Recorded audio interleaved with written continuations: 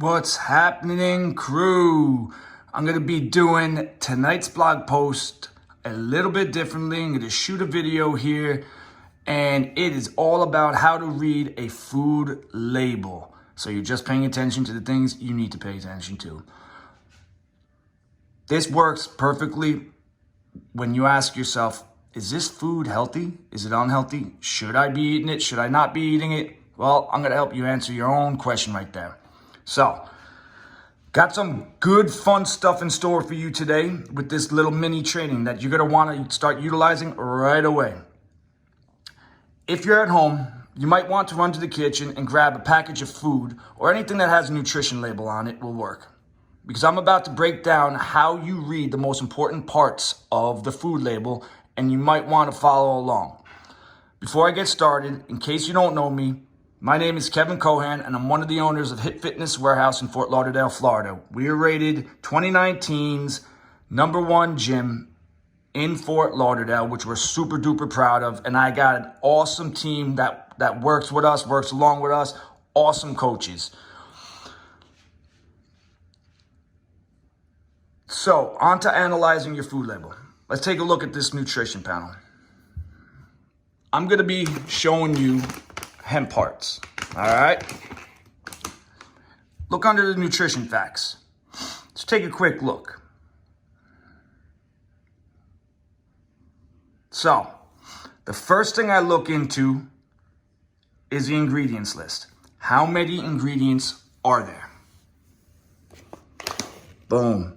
I see one thing. Ingredients: organic shelled hemp seeds. Simple. Basically, the fewer, the better. That generally means the food that you're eating is less processed. I personally try to keep the ingredients in my packaged food to about 5 or 6 or less. That's how you know you're consuming legit stuff that is minimally, if any, processed whatsoever. But that's just my own general rule of thumb. However, I would suggest possibly coming up with your own rule of thumb and taking it from there. After I look in the ingredients, did you know that they are listed in the order of their weight? The ingredient used the most is listed first, and the ingredient used least is listed last. Remember that. In this one, you'll see the one and only ingredient is organic shelled hemp seeds. Now, I have probably one of the worst things in the world for you. You'll see carbonated water here. This is Coca Cola. Carbonated water, high fructose corn syrup, caramel color, phosphoric acid, natural flavor, and caffeine. So the #1 thing, the first one right there, carbonated water, that has the most in it, while caffeine is the least in it. The other thing, general rule of thumb that I go by, if you can't pronounce it, it's probably not something you want to put in your mouth. One of the ingredients you want to pay close attention to especially is sugar.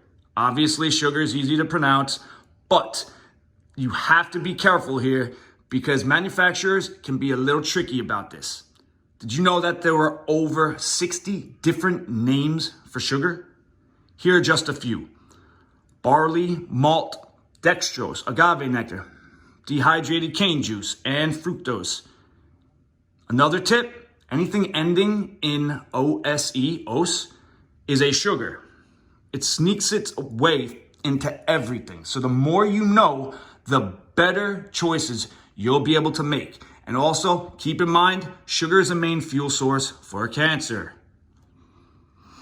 Also, if you see the words hydrogenated or partially hydrogenated on that label, that means they are unhealthy trans fats in the food.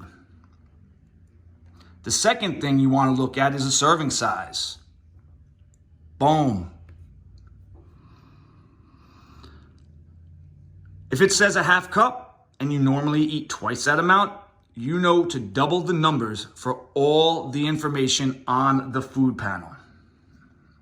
It's way too easy to eat more than the recommended portion size, so pay very attention to that number. Third, you want to pay attention to the total number of calories and macro breakdown. While calories aren't bad for you, you definitely want to know how many are in there so you have an idea of how much you're eating throughout the day. Processed foods often contain a lot more calories than you think they do. So it's always a good idea to check. As far as macros go, protein, carbs, and fats, I could talk about them all day.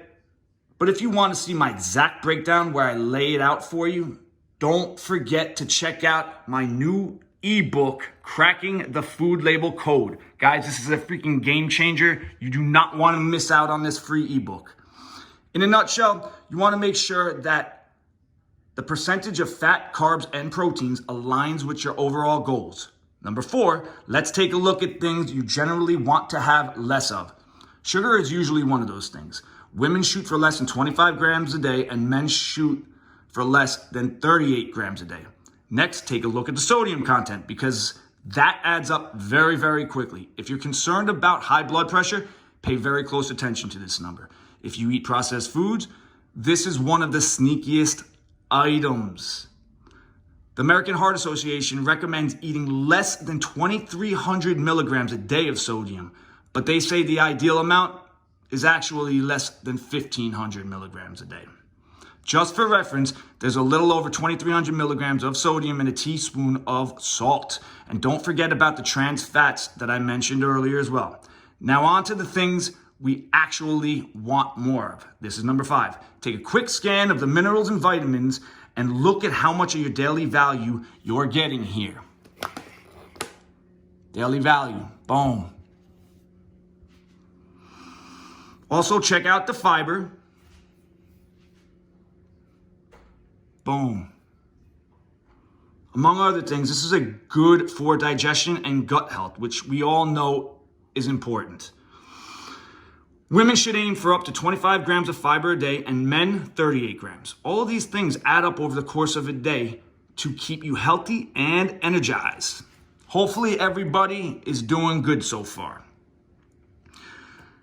One last thing that I need to share. It is my 10-second quick scan food label technique.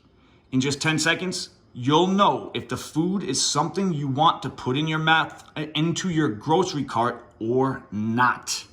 Here's what I do. First, I look at the ingredients panel, and if there's something in it I don't want to eat, I put it back on the shelf. Simple as that. Next, I look at the serving size.